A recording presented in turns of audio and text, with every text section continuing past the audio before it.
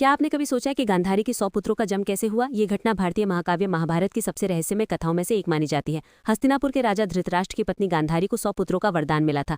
कुछ समय बाद वो गर्भवती हुई, लेकिन उनका गर्भ बहुत लंबे समय तक जन्म नहीं ले पाया। उधर कुंती के पुत्र युधिष्ठिर का जन्म हो गया। ये सुनकर गांधारी बहुत दुखी और व्याकुल हो गई।